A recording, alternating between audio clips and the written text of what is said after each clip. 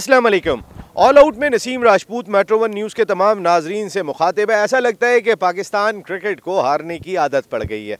Recent past में जिस तरीके से पाकिस्तान क्रिकेट टीम को शिकस्तों का सामना करना पड़ा है और हमारा टैलेंट आखिर है कहाँ पर, समझ में नहीं आ रहा। हम किस तरीके के फैसले करते हुए दिखाई दे रहे हैं, समझ में नहीं आ रहा। ब्रिस्बेन गैबा में पाकिस्तान को पहले टेस्ट मैच में इनिंग और 5 रन्स की शिकस्त का सामना करना पड़ा। थोड़े दिन पहले मैं former test cricketer Tanveer Ahmed के साथ शो कर रहा था और उन्होंने ये बात कही थी कि पाकिस्तान को इनिंग से शिकस्त का सामना करना पड़ेगा और मैं मुस्कुरा रहा था, लेकिन ऐसा ही हुआ। पहले टेस्ट मैच में पाकिस्तान टीम इनिंग और 5 रन से हार गई। आज थोड़ी बहुत मुज़ाहमत की बाबर आजम ने और उनके साथ विकेट कीपर रिजवान अहमद ने, दोनों ने बहुत अच्छी बैटिंग की, लेकिन जब पानी सर से ऊपर जा चुका था उस वक्त आप एफर्ट करते हुए दिखाई दिए। बाबर आजम ने आज अपनी सेकंड सेंचुरी स्कोर की, रिजवान ने ज़बरदस्त बैटिंग की। अनफॉर्चुनेटली वो 5 रन की कमी से अपनी सेंचुरी मुकम्मल नहीं कर सके, लेकिन बहुत अच्छी फाइट थी। लेकिन बहुत ताख़ीर के बाद थी, बहुत लेट होने के बाद थी, जिसकी वजह से पाकिस्तान को इतने बड़े मार्जिन से शिकस्त का सामना करना पड़ा।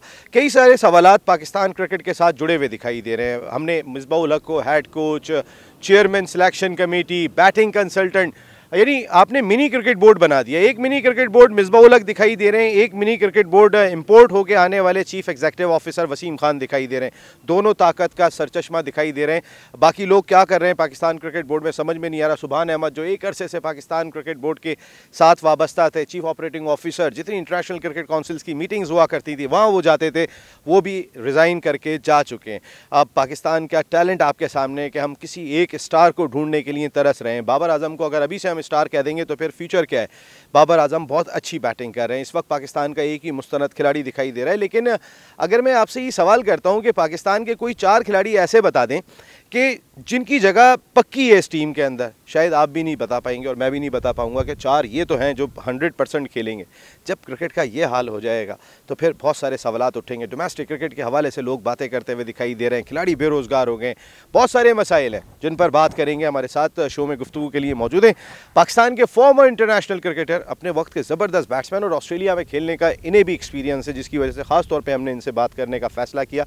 ज़बरदस्त बैट्समैन थे, पाकिस्तान के लिए इंटरनेशनल क्रिकेट खेली। और अगर क्वालिफाइड कोचेज़ की मैं बात कर लूँ तो पाकिस्तान के जो चंद क्वालिफाइड कोचेज़ हैं जिन्होंने लेवल 4 किया हुआ है वो हैं मुजाहिद जमशेद साहब, लेकिन ये भी तमाम जिम्मेदारियों से महरूम दिखाई देते हैं जिन्होंने लेवल 4 किया हुआ है। अब शर्त है क्रिकेट बोर्ड की लेवल 2, और वो भी जिनको पसंद है और जिन्होंने लेवल 2 किया हुआ है वही सिलेक्ट होते हैं। अस्सलाम वालेकुम मुजाहिद जमशेद साहब। अस्सलाम, कैसे हैं सर नसीम? आप अभी आप बात कर रहे थे कि आपका जो प्रोग्राम है उसका नाम जो है ऑल आउट है, तो मुझे फील ऐसे हुआ कि पाकिस्तान फिर अगेन ऑल आउट हो गई है। तो मीन्स के बड़ा स्ट्रेंज सा नाम है कि दूसरी टीमें हमसे ऑल आउट होती नहीं हैं, और आपने मेरा ख्याल है पाकिस्तान टीम को देखते हुए अपने प्रोग्राम का नाम रखा है। हम अपने प्रोग्राम में ऑल आउट भी जाते हैं, इसीलिए हम सख्त बातें करते हैं। हमें मकसद है कोई क्रिकेट बोर्ड से क्या लेना होता है, जो सच्चाई होती है वो भी बयान करते हैं, जो अच्छी चीज़ होती है वो भी बयान करते हैं, जो बुरी चीज़ होती है वो भी बयान की जाती है।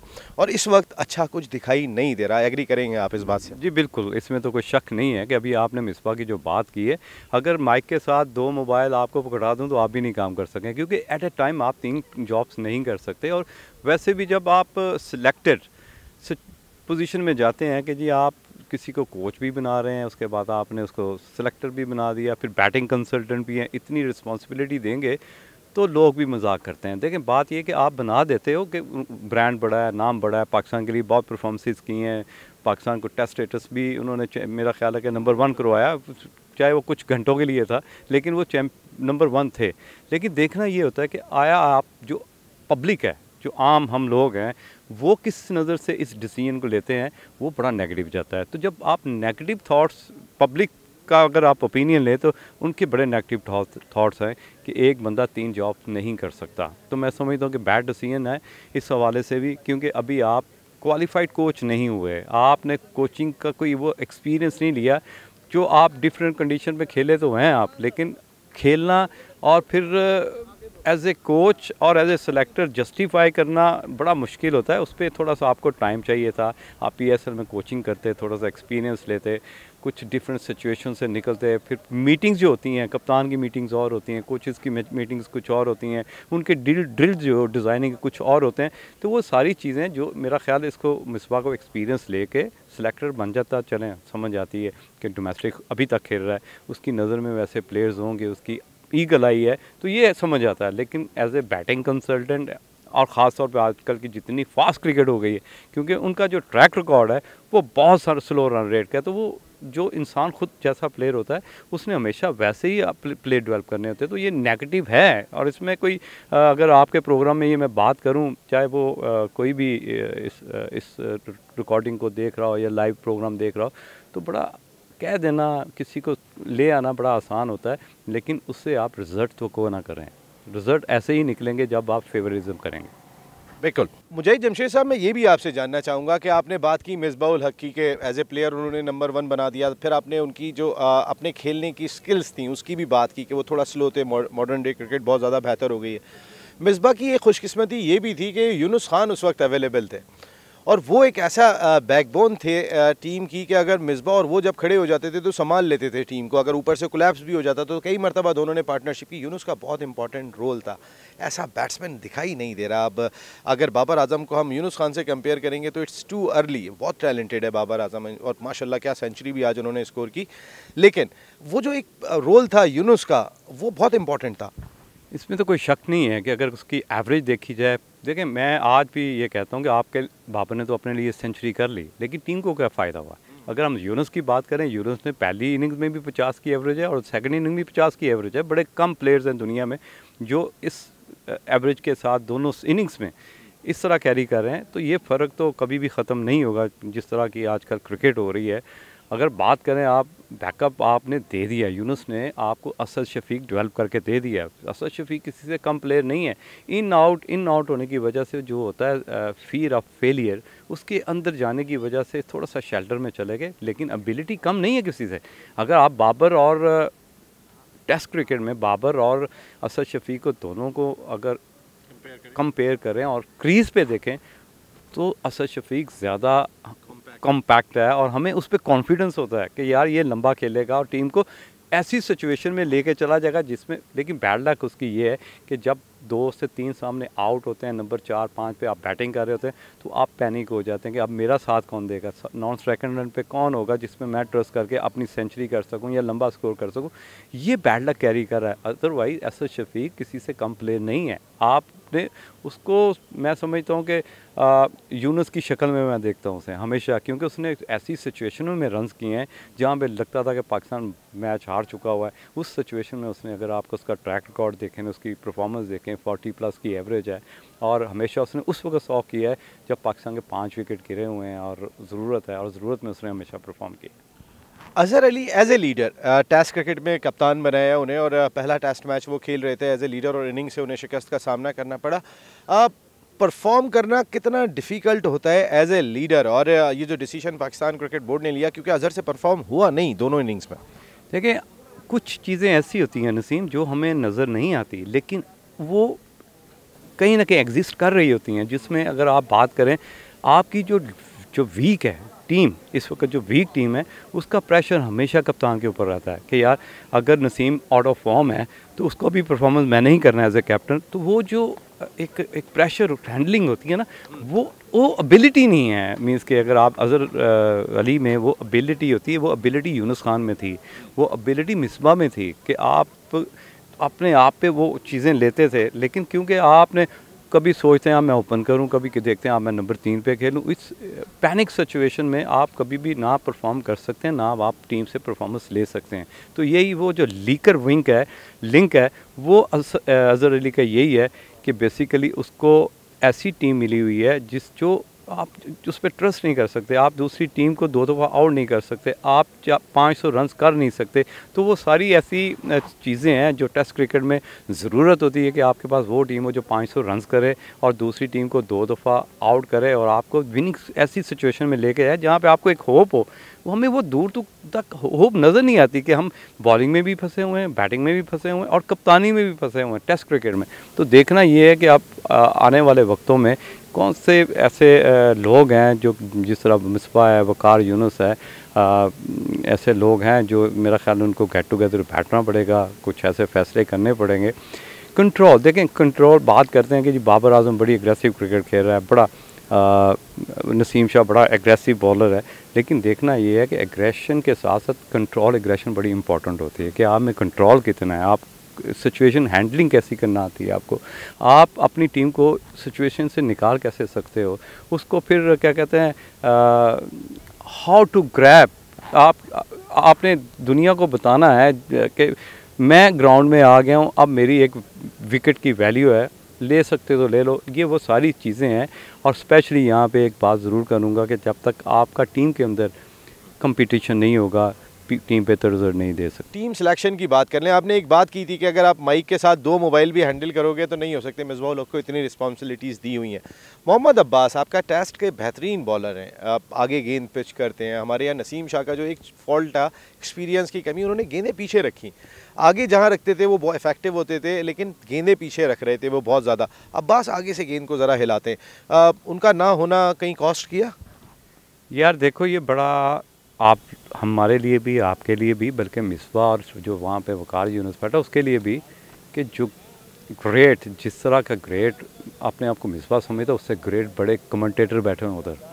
वो क्या कहते हैं, वो उस पर भी ध्यान दो भाई, अपनी बात ना सुनो। वो कहते हैं कि अब्बास ने पिछले मैच में 18 विकेट्स लिए यूए की डेड पिचों पे, और ये लोबशाह ने जो बैट्समैन है उसको इतना टीज़ किया था अपनी लाइन एंड लेंथ से कि वो रन्स करना उसके लिए बड़ा मुश्किल हो रहा था।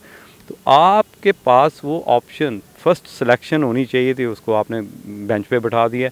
तो ये बड़ी बुरी बात है, या मैं समझता हूँ कि बड़ा बैड डिसीजन था वहाँ पे कोचिंग स्टाफ का या कप्तान का, कि बास को बाद में जब आप मैच ख़त्म हो जाता है तो आप आते हैं पब्लिक प्रेस कॉन्फ्रेंस भी करते हैं कि जी अनफिट है। ऐसा नहीं है भाई, आप बिफोर टाइम मैच से पहले आप दुनिया को तरह तरह की बातें बता रहे होते, अपडेट कर रहे होते, लेकिन ये भी अपडेट कर दिया करो भाई कि अब्बास अनफिट है इसलिए नहीं खेल रहा। जब आपके बुरे रिजल्ट आए तो आपने बताना शुरू कर दिया, इंटरनल स्टोरी एक आगे फॉरवर्ड कर दी कि जी इसलिए नहीं खिलाया। अब ग्रेट चैपल क्या कह रहा है, रिकी पॉन्टिंग क्या कह रहा है, वसीम अकरम क्या कह रहा है, ये सुनने वाली चीज़ें होती हैं। और रही बात, मैंने, अगर आपने वो मेरा प्रोग्राम देखा, उसमें मैंने एक बात की थी कि जो नसीम शाह है, यहाँ पे प्रॉब्लम ये है कि उसका पाँव थोड़ा सा, ये एडी पीछे होने की वजह से उसका वेट पीछे चला जाता है, जिसकी वजह से उसके लिए जो आई लेवल है उसका थोड़ा सा पीछे रहने की वजह से बॉल थोड़ा सा शॉर्ट पिच करता है। लेकिन क्योंकि कोचेज़ है वहाँ पे, एग्रेसिव कोच है आपका। तो कोच क्या कर रहे हैं वकार यूनुस का, अब तक क्या रिजल्ट क्या प्रोड्यूस किया उन्होंने? आप एक ही प्लान दे रहे हो, बार बार हमें भी नज़र आ रहा है कि जी एग्रेसिव क्रिकेट खेलें ऑस्ट्रेलिया के खिलाफ। और एग्रेसिव क्रिकेट हमें भी तो बताओ भाई, आके टीवी पे प्रोग्राम करो कि एग्रेसिव क्रिकेट होती क्या है। पहली इनिंग में अगर आप देखें, बाबर आजम ने जिस तरह का वाइट बॉल को शॉट मारा, तो आपने उसको भी एडवाइस की हुई है कि यार एग्रेसिव क्रिकेट खेलें भाई, अपना गेम खेलो, अपना परफॉर्म करो, वो एग्रेसिव हो या अपना बनाया हुआ एक प्लान हो, उसके मुताबिक आप किसी को फ्री हैंड दो यार, अपने प्लान एग्जीक्यूट करने की कोशिश ना करें। ये नहीं कि वो 16 साल का एक अपकमिंग स्टार है या अपकमिंग बॉलर है तो आप उसको अपना ही प्लान दे रहे हो कि यार वार्नर को पीछे रखना, उसको पीछे रखना। आप उसकी मैकेनिक्स पे देखो, एक तरफ आप कह रहे हैं 16 साल का है बाउंसर, आप उसे 27 साल वाले करवा रहे हो यार। तो ये चीज़ें हैं जो लोगों को भी थोड़ा सा डाउटफुल करते हैं कि यार ये 16 साल का बच्चा नहीं है, ये कम से कम 21-22 साल का है, क्योंकि जिस तरह के बोन स्ट्रक्चर उसका बना हुआ है, जिस तरह के उसके झार बने हुए हैं, वो 16 साल के बच्चे के नहीं हैं। तो मैं समझता हूँ, आप क्रिटिसाइज ना करें, ये बात एक former test cricketer Tanveer Ahmed ने भी की थी, तो बहुत ज़्यादा लोगों ने क्रिटिसाइज किया। नहीं, बात क्रिटिसाइज नहीं है, अब मैं ग्राउंड रियलिटी पे बात। हाँ, ये ग्राउंड रियलिटी है। आप उसके बाउंसर देखें तो वो बाउंसर 16 साल वाले नहीं है यार। जिस तरह उसने 26 ओवर किए हैं, 16 साल का बच्चा नहीं 26 ओवर कर सकता। मैं इंग्लैंड में सारी, आपके लिए इन्फॉर्मेशन, इंग्लैंड में सारी ज़िंदगी प्रोफेशनल खेला हूँ, वहाँ 16 साल के बच्चे को 4 ओवर से ज़्यादा नहीं करने देते। आप मेरी बात समझ रहे हैं, क्योंकि उसके बोन स्ट्रक्चर अभी होता है, ऐसा डेवलप हो रहे होते हैं। तो ये चीज़ें हैं कि अगर आप यहाँ पे अगर कोई और बात करूँगा तो लोग ज़्यादा क्रिटिसाइज समझेंगे। आपके क्रिकेटर्स उम्र तो कम कराते हैं ना, ये तो, इसमें तो कोई दो बात नहीं है। लेकिन बात ये कि अगर आप 16 साल का कहते हैं तो फिर 16 साल वाला काम लें ना भाई, आप 27 साल वाला काम तो ना लें, समझे कि नहीं? इस जगह पे आपने नसीम शाह को ठीक है साइड मैच खिलाए थे, आपके पास अब्बास पर इमरान खान सीनियर 5 साल से वो बाहर बैठे हुए थे, 4 आउट किए थे। देखिए ना, ताबिश खान ठीक है उम्र हो गई है, लेकिन ताबिश खान के 17 आउट थे जिस वक्त सिलेक्शन हुई है, 4 आउट थे, सेम मैच खेले थे इमरान खान सीनियर के। वकार यूनुस की अपनी पसंद नापसंद, मिसबाह उल हक की अपनी पसंद नापसंद। यहाँ पे अगर तनवीर तू प्रोग्राम देख रहा है ना, मुझे याद आया कि तूने एक टीवी प्रोग्राम में एक बात की थी कि वकार यूनुस, मैंने एक मैच में तनवीर ने 5 विकेट लिए तो बड़ा कहता मैं खुश, बड़ा स्वेटर जंपर पहन रहा हूँ, तो वकार यूनुस वाज कोच, तो उसने कहा वकार भाई कैसी बॉलिंग, कहता पेस नहीं थी। तो यार जाए तो जाए कहाँ भाई, मुझे ये तो बताओ, 5 आउट किए उसके बाद आपने फिर क्रिटिसाइज़ कर दिया। तो बेहतर यही है कि आप क्रिकेट छोड़ के साइड पे बैठ जाओ यार। अगर आप पाकिस्तान के लिए 5 आउट कर रहे हो, उसके बाद इतनी बुरा रिस्पांस आना कोच की तरफ से, तो मैं समझता हूँ कि ऐसे कोचेज़ को नहीं होना चाहिए। आपने अभी तनवीर की बात की और वाकई में जो दिल में होता है ज़ुबान पे होता है, सच बात करते हैं। बहुत कम लोगों में ये हौसला होता है। जैसे आपने भी बात की यहाँ पे कि जो जो इंपॉर्टेंट चीज़ें वो होनी चाहिए, लेकिन उन्होंने अगर ये बात कह दी थी और किसी और वे में नहीं कही थी। उन्होंने ये कहा था कि नसीम शायद थोड़ी सी उम्र ज़्यादा लगती है, उस पर क्रिटिसाइज़ इतना ज़्यादा हो गया, हर आदमी जो है वो तलवार लेके कूद पड़ा। तनवीर तो ये कहते हैं, हालांकि ऐसा होना नहीं चाहिए। वो आदमी बहुत सच्ची बात करते हैं और काफ़ी लोगों से मैंने सुना भी। मुजाहिद भाई ये भी बताएं मुझे आपके इस वक्त हमारी बॉलिंग अगर हम देख लेते हैं, एक माजी हमारा हुआ करता था, हमारा बॉलिंग डिपार्टमेंट हुआ करता था। कोई एक बॉलर आके दरमियान में एक स्पेल करता था, 4 आउट करता था, टीम लिटा देते थे, सामने वाली टीम मुश्किलात में। अब तो 20 आउट करने वाले बॉलर ही दिखाई नहीं दे रहे।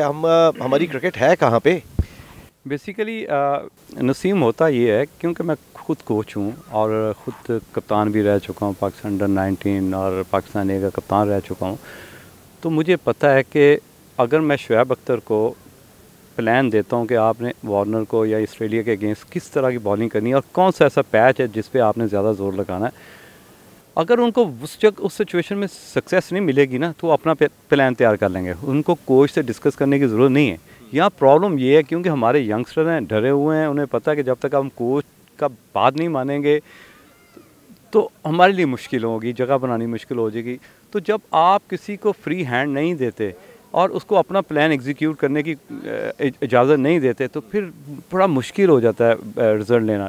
रही बात रिज़ल्ट की, रिज़ल्ट हमें सबको पता था ऑस्ट्रेलिया में किस तरह के रिज़ल्ट आने हैं, किस तरह की टीम सिलेक्शन गई है वहाँ पे।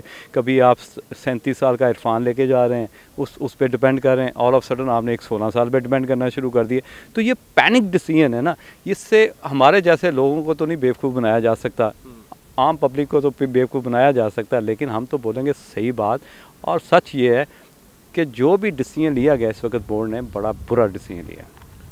और अगर मैं बात करता हूँ टीम सिलेक्शन की, आबिद अली वहाँ पर मौजूद हैं। अगर आप चांस ही ले रहे हैं, थोड़ा सा एक एक्सपीरियंस तो है आबिद के साथ, और फिर 3 नंबर का स्लॉट जो हम देख रहे हैं वो इस वक्त थोड़ा सा हमें शेकी दिखाई दे रहा है। इफ्तिखार को हमने नीचे बैटिंग कराई, तो क्या इस जगह पर आबिद अली जगह पुर कर सकते हैं शान मसूद, अज़हर अली के बाद अगर आबिद आते हैं, बाबर आते हैं, असद आते हैं, तो ये कोई चेंज बेहतर होगा?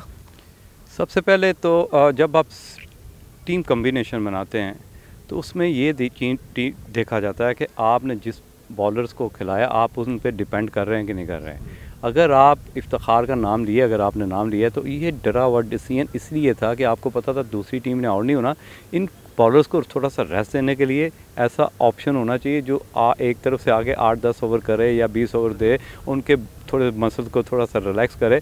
तो ये इन डिसीजन से, अगेन मैं यही बात करूँगा, दुनिया को तो बेवकूफ़ बनाया जा सकता है लेकिन कोचेज़ बेवकूफ़ नहीं बन सकते। हमारे जैसे लोगों को तो नहीं बेवकूफ़ बनाया जा सकता कि आपने इफ्तिखार को इसलिए खिलाया कि कम अज़ कम बीच में आगे 15-20 ओवर्स कर दे ताकि फास्ट बॉलर को थोड़ा सा रेस्ट मिले और फिर वो आगे बॉलिंग है। इसका मतलब है आप डिपेंडेंट किसी पे नहीं कर रहे। आपके जहन में है कि हम ऑस्ट्रेलिया को 2 दफ़ा आउट नहीं कर सकते, तो जब तक आप थोड़े से ब्रेवली डिसीजन नहीं लेंगे, जिस तरह अगर आप 4-5 बैट्समैनों के साथ खेल जाते हैं और 5 फास्ट बॉलर के साथ खेलते हैं और इसलिए एक विकेट कीपर, तो वो हमें अग्रेसिव नेशन नज़र आएगी कि यार ये फैसला ठीक है भाई, आप अटैक पे जा रहे हैं। 150 बनाने भी मुश्किल हो जाएंगे।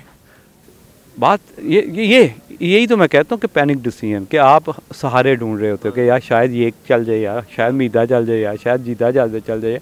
तो ये जो पैनिक डिसीजन है ना, वो नो डाउट आपके पास जो अवेलेबल रिसोर्सेज हैं वो आपको अलाउड नहीं करते, एक्सेस नहीं देते, लेकिन still you have need to be, जब आप बड़ी टीम के अगेंस्ट खेलते हैं तो आपको ब्रेवली डिसीजन लेने पड़ते हैं और कंट्रोल एग्रेसिव क्रिकेट खेलनी पड़ती है। ये नहीं कि आप एग्रेशन से बाहर निकल जाएं और एरी फेरी शॉटें मारनी शुरू कर दें, आपको सूझबूझ ही ना हो कि एग्रेसिव क्रिकेट का मतलब क्या है।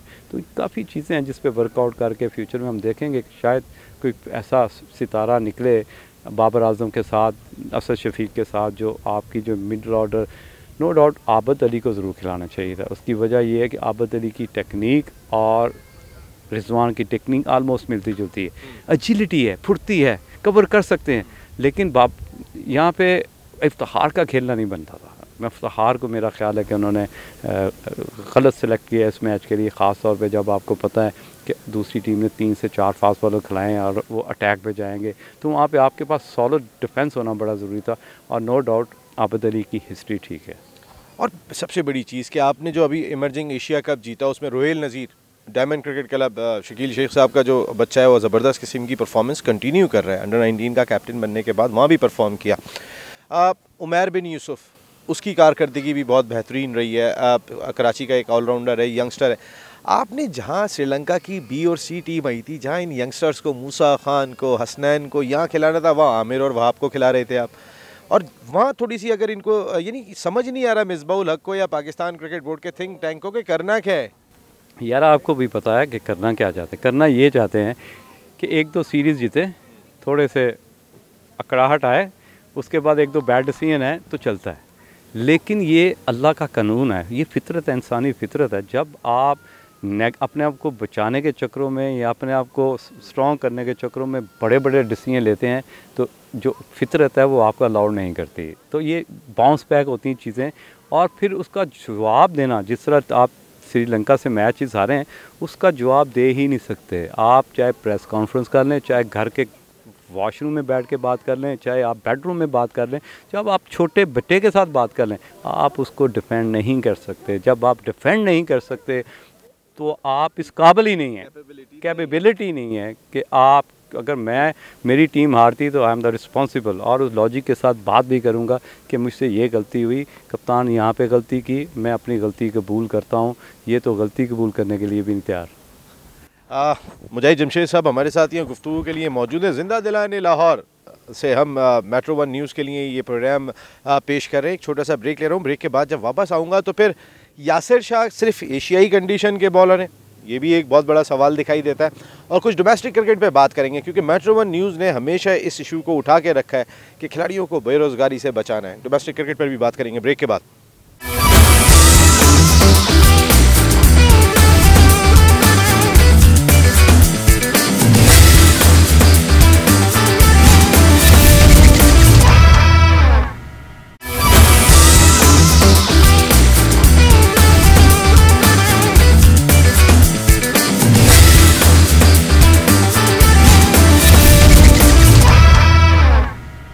पाकिस्तान क्रिकेट टीम बार बार ऑल आउट हो रही है और हमारे बॉलर से सामने वाली टीम ऑल आउट नहीं की जा रही। ऑल आउट में एक मरतबा फिर नसीम राजपूत मेट्रो 1 न्यूज़ के तमाम नाजरीन को खुशामदीद कहते हैं। लाहौर से स्पेशल शो कर रहे हैं आप लोगों के लिए। और मुजाहिद जमशेद फॉर्मर इंटरनेशनल क्रिकेटर, जिन्हें ऑस्ट्रेलिया में भी खेलने का एक्सपीरियंस है, और लेवल 4 कोच बहुत थोड़े से इस मुल्क के अंदर, उनमें एक मुजाहिद जमशेद भी हैं। मुजाहिद जमशेद साहब, मैं आपसे ये जानना चाहूँगा, यासिर शाह 200 क्विक आउट किए उन्होंने, लेकिन उस दौर में ज़्यादातर क्रिकेट, और मिसबा भी अगर नंबर 1 बने थे तो उस वक्त हम दीगर ममालिक में जा ही नहीं रहे थे। हम अपनी सारी क्रिकेट जो है वो इमारात में जाके खेल रहे थे या श्रीलंका में जाके खेल रहे थे। 2 ही मुल्क मिले हुए थे हमें जिनसे हम क्रिकेट खेले थे। बहुत अरसे के बाद हमारी फिर इंग्लैंड से सीरीज़ हुई, ऑस्ट्रेलिया न्यूजीलैंड से सीरीज़ हुई थी, और वहाँ पर हम परफॉर्म नहीं कर सके थे। हम एशियाई कंडीशन में यासिर शाह बहुत इफेक्टिव, लेकिन ऑस्ट्रेलिया, न्यूजीलैंड, साउथ अफ्रीका, इधर जाके परफॉर्म नहीं कर पाते। यही बात मैंने डिफरेंट चैनल्स पे की है कि उसके पीछे रीज़न क्या है। एक तो इसकी जब बॉल करता है उसकी हाइट बड़ी छोटी होती है, ओवर द लाइन बॉल नहीं करता, इसको थोड़ा सा फ्लाइट करना, थोड़ी लालच देनी पड़ती है बैट्समैनों को। यहाँ पे तो नेचुरली आपको फुट मार्क्स मिल जाते हैं, यूएई में बड़े बड़े क्रैक्स मिल जाते हैं, जिसकी वजह से आप डोमिनेट करते हो। एक स्पॉट ढूंढ के आप उसी पे सारा दिन अगले को मुसीबत डाल के रखते हो। लेकिन जब आप अब्रॉड जाते हो, ओवरसीज, जब आप, अगर यासिर शाह का अगर ट्रैक रिकॉर्ड देखा जाए, नो डाउट एक चीज़ हिस्ट्री में आ गई, उसको तो हम ख़त्म नहीं कर सकते, लेकिन हिस्ट्री में ये भी चीज़ है कि उन्होंने बाहर जाके कभी परफॉर्म नहीं किया। तो ये चीज़ें सिलेक्टर का, कोच का और आपके मेंटोरों का काम है कि आपने किस बॉलर पे डिपेंड करना है, किस बॉलर पे। आप यहाँ से ऑस्ट्रेलिया भी जा रहे हैं तो डिपेंड यासिर शाह पे करें, ऐसा नहीं है। आपको 1-2 फिगर ढूंढने पड़ते हैं, जिस तरह अब्बास है, आपको उसको एक कॉन्फिडेंस देना चाहिए। आपने टीम का भी मोराल नीचे कर दिया, वो जब बाहर बैठा होगा 18 विकेटें लेने के बाद, उसका भी मोराल डाउन हो गया, उसको भी अब पंप अप करते हुए, उसके जो डेड सेल हैं उसको पंप अप करते हुए वो भी थोड़ा सा टाइम चाहिए। अब सिचुएशन ये होगी कि जब मिसबा उसके पास जाएगा, अब्बास के पास, या वकार यूनुस जाएगा, तो उससे रिक्वेस्ट करेंगे, यार वही बड़ा मिस किया तुम्हें, यार हमें ये टेस्ट मैच तुम्हें खिलाना चाहिए था। अब आप अपनी ही सिलेक्शन को रिजेक्ट कर रहे होते हैं। मीन्स कि ये वो चीज़ें हैं जो पब्लिक नहीं जानती। पब्लिक, क्योंकि हम खुद क्रिकेटर हैं, क्रिकेट खेल चुके हैं, कप्तानियाँ कर चुके हैं, तो ऐसी सिचुएशनों में दोनों तरफ से आपकी हार होती है, एज ए कोच भी, एज ए कैप्टन भी और एज ए डिसीजन मेकर भी। इस चीज़ों को ख़ास तौर पे ख्याल रखना चाहिए कि जिस बॉलर को आप बाहर बिठा रहे हो और वो भी वो फर्स्ट सिलेक्शन, उसका मोराल कितना डाउन होता है, ये चीज़ें nobody knows and everybody should knows कि ये जो डिसीजन मेकिंग है इसकी कितनी वर्थ होती है। मुझे जमशेद साहब, मिसबाह-उल हक और वकार यूनुस टीम मैनेजमेंट के दो बहुत स्ट्रॉन्ग पिलर हैं। कहते हैं कि जी मिसबाह T20 में बाहर से कप्तानी कर रहे हैं, टेस्ट मैच में बाहर से मिसबाह ही कप्तानी कर रहे हैं, जो कप्तान है वो उनके इन्फ्लुएंस के अंदर है। खैर वो तो ग्राउंड के अंदर कर रहे होते हैं, लोगों की बातें होती हैं, लेकिन ये दो बड़े स्ट्रॉन्ग पिलर हैं। ड्रेसिंग रूम के माहौल को इन्हीं दोनों ने देखना है। लेकिन माजी में जिस तरीके की चीज़ें हम देखते रहे, 2015 का वर्ल्ड कप याद है, सरफराज के बारे में सब कह रहे थे खिलाओ खिलाओ, लेकिन नहीं खिला रहे थे। उस वक्त यही दोनों थे। अब सरफराज वर्ल्ड नंबर 1 टीम बनाने के बावजूद भी T20 की, और अब वो कप्तान नहीं रहे। किसी दुनिया में शायद ये नहीं हो सकता था कि एक कैप्टन ने अपनी टीम को नंबर 1 बना के रखा हो और टीम भी अच्छा परफॉर्म कर रही है, हम T20 से भी चेंज कर दें उसे। ऐसा मैंने नहीं देखा, या शायद लोगों ने, मैंने इंटरनेशनल मीडिया को भी पढ़ा, लोग हंसते हुए दिखाई दिए। लेकिन ये जो दो पिलर हैं, इनकी पसंद नापसंद की बातें हमेशा से आती रही हैं, और ये पाकिस्तान क्रिकेट को कहाँ लेके जाएंगी, वकार और मिसबाह एज ए प्लेयर? इसका जवाब देने से पहले एक मैं मिसाल दे दूं। हाँ। वो एक कोच ना बर्फ़ के पास बैठा होता है, हाँ। तो उसमें तो पानी निकल रहा होता है, तो मैं नाम तो नहीं लूँगा। दूसरा कोच आता है, कहता है क्या हो रहा है, कहता है यार आधे घंटे से देख रहा हूँ इस बर्फ़ को कि लीक कहाँ से हो रही तो देखना ये कि ये जो चीज़ें लीक कहाँ से हो रही है, यही समझना एक साइंस है। ये समझदार लोगों के लिए बहुत बड़ी एक एडवाइस है और एक बहुत बड़ा एक क्या कहते हैं मुफ्त का तोहफ़ा है कि ये लीक होने से पहले समझ जाओ कि बर्फ़ है, लीक होगी, ये पाकिस्तान टीम है, ये लीक होगी। तो रही बात, आपने बात की वकार यूनुस और मिसबाह की, जो अभी तक रिज़ल्ट आ रहे हैं, देखिए हम फैसले करते हैं रिज़ल्टों पे, हम किसी को ग्रेट प्लेयर बनाते हैं उसकी परफॉर्मेंस में। जिस तरह के रिज़ल्ट आ रहे हैं, जिस तरह की डरी हुई पैनिक सिचुएशन क्रिएट की जा रही हैं, नज़र आ रही हैं, फ्यूचर बड़ा डार्क नज़र आ रहा है। टू बी ऑनेस्ट, मैं ना किसी की फेवर में बात कर रहा हूँ, ना किसी पे क्रिटिसाइज़ कर रहा हूँ। जो ग्राउंड रियलिटी में उसको सामने रखते हुए बात कर रहा हूँ कि आपकी जो डिसीजन मेकिंग है वो क्वालिटी डिसीजन मेकिंग नहीं है। आप पैनिक डिसीजन मेकिंग कर रहे कि एक तरफ आपने नसीम शाह को खिला दिया कि जी he is the fastest bowler, इसकी पेस इतनी रहनी है, इंक्रीज़ नहीं होगी। अब आपने फैसला करना है। देखो, पीछे से तेज़ होना और आगे से तेज़ होना बहुत फ़र्क है। अभी तो उसने आगे बॉल किए ही नहीं है। डेल स्टेन जैसा लेजेंड कैसा आगे से तेज़ बॉल करता है। स्टार्क को देख लो किस तरह उसको इस्तेमाल करते हैं, कितना आगे से तेज़ है। जब डर बैट्समैनों के उस वक्त दिल में बैठता है जब आप आगे से तेज़ होते हैं। पीछे से तो इसको भी बाउंसर मारो छोड़ देगा, तुम्हें भी मारूँ तो छोड़ दूंगा, मुझे इस उम्र में मारो तो मैं भी छोड़ दूंगा। बाउंसर मारना is a not criteria, wicket taken is a criteria. तो इस चीज़ों को देखना पड़ेगा। अब आपको एज ए बैटिंग कोच लेके आना पड़ेगा जो मॉडर्न क्रिकेट को समझता हो। तो मिसबाह के एक और स्पिन बॉलिंग कोच की तैयारी हो रही है, सईद अजमल ने भी दरख्वास्त दे दी है। देखें, बात ये तो दोस्तियाँ निभाने वाला काम है, ये इसमें तो कोई शक नहीं है। अगर कोई सुनता है तो हट, मुझे कोई परवाह नहीं किसी की, लेकिन गलत डिसीजन मेकिंग कि आपने सारे दोस्तों को लेके आना है, आपके पास और कोई सिलेक्शन नहीं है। जिस बंदे को दुनिया ने रिजेक्ट कर दिया एज एक्शन में, आप उसको कोच लेके आ रहे हैं। कोई शर्म करो यार, कोई करो यार, कि आपको शर्म आनी चाहिए कि आप उन लोगों को, यार वो उसमें है क्या Saeed Ajmal, no doubt is a legend, लेकिन मकसद ये है कि वो किसी को डेवलप क्या करेगा, खुद तो इलीगल है। देखिए अजमल की वजह से आपके जितने ऑफ स्पिनर थे सबकी बॉलिंग एक्शन फिर चेक हो गए थे। एक वक्त ये था कि ऑफ स्पिनर आज भी दिखाई नहीं दे रहा। देखिए यही तो मैं कह रहा हूँ, मैं जब अंडर 19 का मैच रेफरी था, आज भी वो बोर्ड के अंदर रिपोर्ट मौजूद है जिसमें मैंने कहा था कि सईद अजमल को फॉलो किया जा रहा है और जो आपके ऑफ स्पिनर वो डेड हो रहे हैं, वो चौकर्स बन रहे हैं। तो देखना ये है कि आप किसी की बात को अहमियत कितनी देते हैं, ये सबसे इम्पोर्टेंट चीज़ होती है कि आप जिसको पूरी दुनिया ने रिजेक्ट किया, ये आपके प्रोग्राम के तहत मैं सारी दुनिया को सुना रहा हूँ कि basically he is a rejected piece. देखें, नो डाउट उसने पाकिस्तान के लिए परफॉर्म किया, इसमें कोई शक नहीं है कि वो दुनिया का नंबर 1 बॉलर भी बना हुआ, लेकिन इन द एंड उसके आप जो एंड है, जिसको कहते हैं करंट सिचुएशन से निकल के एंडिंग सिचुएशन ये कहती है कि इज़ ए रिजेक्टेड पीस। तो जब रिजेक्टेड हो गया हो तो उसको आप उस जगह पे लेके आ रहे हैं जहाँ पे हमें ताकतवर और डेवलपर चाहिए, वहाँ पे वो क्या डेवलप करेगा किसी को? वो तो अपना एक्शन नहीं ठीक कर सकता, किसी का एक्शन क्या ठीक करेगा? हमने बात की पाकिस्तान क्रिकेट टीम पर, ठीक है हम इनिंग और 5 रन से हार गए, हमने काफ़ी चीज़ों को डिस्कस किया, लेकिन जो हमारी बेस है, जो हमारी बुनियाद है, वो हमारी डोमेस्टिक क्रिकेट है जिसने हमें टैलेंट देना है और जो माजी से देती हुई आ रही है।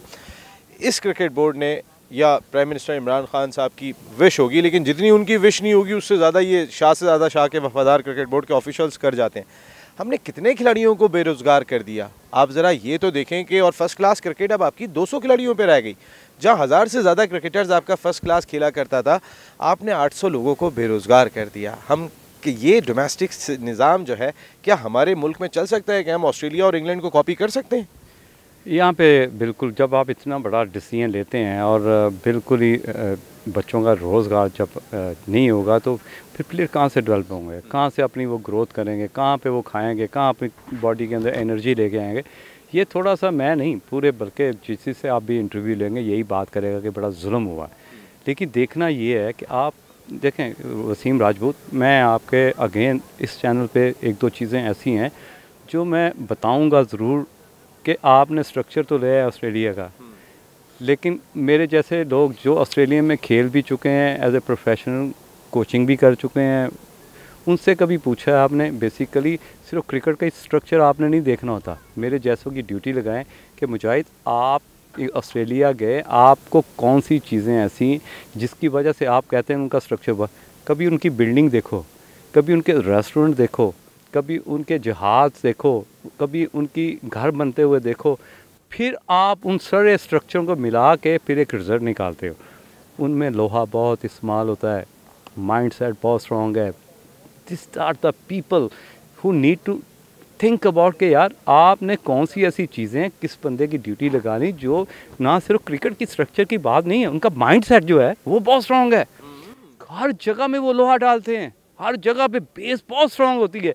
तो ये वो चीज़ें हैं जो हमारे जैसों की ड्यूटी लगानी चाहिए कि बताएं, हमसे आके 1 to 1 बात करें यार, कौन सी ऐसी चीज़ें हैं जिसको हम और बेहतर करके और बेहतर रिजल्ट लेके जाएं। तो फिर मैं उनको एडवाइस करूँ कि हाँ, मैं ये अपनी साइंस के मुताबिक जो मेरी इंफॉर्मेशन है, जो मैंने अपनी रिसर्च की है, वो सिर्फ क्रिकेट की स्ट्रक्चर पे ज़्यादा फोकस नहीं करते।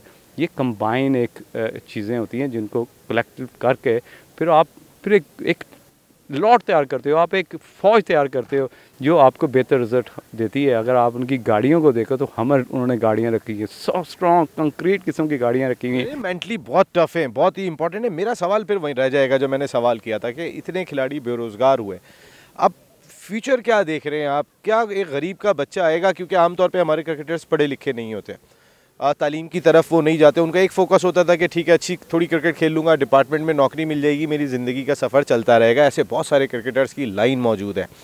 तो अब आप उनको नौकरियों से भी महरूम हो जाएंगे, तो आप कहाँ से टैलेंट लाएंगे? बड़ा मुश्किल है। अभी मैं एक फेसबुक पे किसी ने स्टेटस अपलोड किया था, कोई फरहान नामी लड़का था, तो वो भैंसें धो रहा था, 3 घंटे के लिए वो जॉब कर रहा था और वो जो दूध उसको फ्री देते थे और 300 रुपया देते थे। तो मुझे बड़ी तकलीफ़ हुई देख के कि यार इतना टैलेंटेड क्रिकेटर जो कि पाकिस्तान अंडर 19 का कप्तान भी रह चुका है, वो भैंसों का दूध धो रहा है।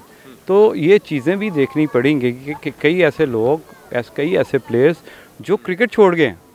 अगर आप पूरा इस साल का जो डोमेस्टिक स्ट्रक्चर है उसको मॉनिटर करें तो मेरा 1 से 2 ऐसे प्लेयर्स हैं जिन्होंने फर्स्ट क्लास डेब्यू किया है।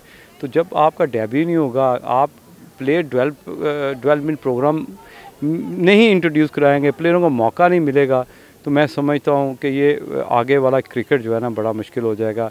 बड़ी ज़्यादती है इस लिहाज से कि आपको किसी भी लिहाज से डिपार्टमेंटल क्रिकेट ख़त्म नहीं करनी चाहिए थी, प्लेयर्स के रोज़गार नहीं छीनने चाहिए थे। अब मैंने सुना है कि कुछ शायद बोर्ड की बातचीत हो रही है कुछ डिपार्टमेंट से, होप कि इसका बेहतर, आप जैसे लोगों ने, मीडिया ने प्रेशर डाला है तो फिर ख्याल आया है, वरना शायद उन्होंने जो डिसीजन ले लिए थे वो ले लिए थे। हालांकि ठंडे कमरों में बैठे हुए कज़ाफ़ी स्टेडियम के ये लोग आमतौर पे जो है वो जो कह दिया जाए सिर्फ जॉब सीकर्स हैं, अपनी नौकरियां बचाते हुए दिखाई देते हैं कि हमारी नौकरी रह जाए, जो करना है वो कर देंगे, चाहे तबाह हो जाए, तबाह करने में भी हम नहीं छोड़ेंगे। एक आखिरी सवाल आपसे ये है, इस वक्त पाकिस्तान की क्रिकेट को कहाँ देख रहे हो आप? स्टार्स दिखाई नहीं दे रहे, जब एक टीम में 4-4, 5-5 स्टार हुआ करते थे, बहुत एक टीम तगड़ी नज़र आती थी। आज उस तरीके के स्टार्स दिखाई नहीं दे रहे इस टीम के अंदर। तो किस तरह देख रहे हो आप, फ्यूचर किस तरह दिखाई दे रहा है पाकिस्तान क्रिकेट का? देखिए, बात नसीम वहीं आ जाती है कि परफॉर्मेंस ऐसी चीज़ है जो आप का फ़ैसला बड़ा आसान कर देती है।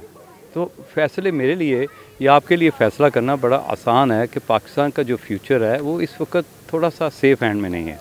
देखना ये है कि आया आपने जिस तरह सरफराज को बाहर किया, मैं किसी को क्रिटिसाइज़ नहीं कर रहा, सही फ़ैसला था। यह बड़ा मुश्किल था मेरे लिए, क्योंकि मैं ख़ुद सरफराज को एज ए कैप्टन बड़ा रिस्पेक्ट करता था, क्योंकि उसकी प्लेयर्स रिस्पेक्ट करते थे, उसकी बात सुनते थे। लेकिन ऑल ऑफ सडन पता नहीं क्या ऐसा हुआ कि मैंने अभी T20 में देखा, थोड़ा सा फिटनेस लेवल मुझे नज़र आया था कि उनका फ़िटनेस लेवल इतना अच्छा नहीं है और थोड़े से बल्कि हो गए।